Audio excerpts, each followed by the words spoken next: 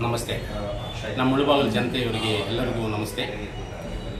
ನಮ್ಮ ಮುಳುಬಾಗಿಲು ನಾಗರಿಕ ವೇದಿಕೆಯಿಂದ ನಾವು ಉಚಿತ ಶಿಬಿರೆಯನ್ನು ನಮ್ಮ ಮುಳುಬಾಗಿಲು ಜನತೆಯವರಿಗೆ ಒಳ್ಳೆಯದಾಗಬೇಕು ಅಂತ ಒಂದು ಮೂಲ ಉದ್ದೇಶದಿಂದ ನಾವೆಲ್ಲರಿಗೂ ಸ್ವಾಗತ ಬಯಸ್ತಾ ಇದ್ವಿ. ಬಟ್ ಈ ಮೂಲ ಉದ್ದೇಶ ಏನಂತಂದರೆ, ಬಹಳಷ್ಟು ಜನರು ಈ ಕಾಯಿಲೆಯಿಂದ ಕಾಯಿಲೆ ಅಂದರೆ ಈ ಪಿಸ್ತೂಲು, ಈ ಫೈಲ್ಸು, ಮಹಿಳೆಯರಾಗಲಿ ಗಂಡಸರಾಗಲಿ ಬಹಳಷ್ಟು ನರಳಾಟ ಗೋಳಾಟ ಆಗಿದೆ. ಬಟ್ ಈ ಮುಳುಬಾಗಿಲು ತಾಲೂಕಲ್ಲಿ ನನಗೆ ಗೊತ್ತಾದ ಮಟ್ಟಿಗೆ ಸುಮಾರು 60% ಅಧಿಕವಾಗಿ ಬೆಳ್ಕೊಂಡಿದೆ. ಆ ಒಂದು ಕಾರಣ ಏನು ಅಂತ ನಮ್ಗೆ ಗೊತ್ತಿಲ್ಲ. ಬಟ್ ನಾವು ಏನಂತಂದರೆ, ಈ ಸ್ಮೈಲ್ಸ್ ಒಂದು ಆಸ್ಪತ್ರೆಯಿಂದ ನಾವು ಕೆರೆ ಮಾಡಿದ್ವಿ. ಅವರು ನಮ್ಮ ಮುಳುಬಾಗಿಲು ಜನತೆಗೆ ಒಳ್ಳೇದು ಮಾಡಬೇಕು ಅಂತ ಬಂದಿದ್ದಾರೆ.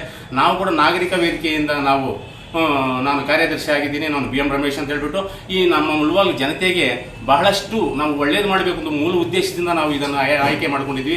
ಈ ಮುಳುಬಾಗಿಲು ತಾಲೂಕಲ್ಲಿ ಎಲ್ಲ ಜನರಿಗೆ ನಮಸ್ಕಾರ ಮಾಡಿ ಹೇಳ್ತೀನಿ. ಒಬ್ರಿಗೊಬ್ಬರು ಪರಸ್ಪರ ಹೇಳ್ಕೊಂಡು ಯಾರಾದರೂ ಕೂಲಿ ಪಾಲಿಗೆ ಹೋಗಿದ್ರೂ ಸಹ ಎಲ್ಲರಿಗೂ ಹೇಳಿಕೊಂಡು ನೀವು ಈ ಒಂದು ವಿಷಯವನ್ನು ಎಲ್ಲರಿಗೂ ಸಂಪರ್ಕ ಮಾಡಿ ಎಲ್ಲರಿಗೂ ಮುಟ್ಟಿಸಿ.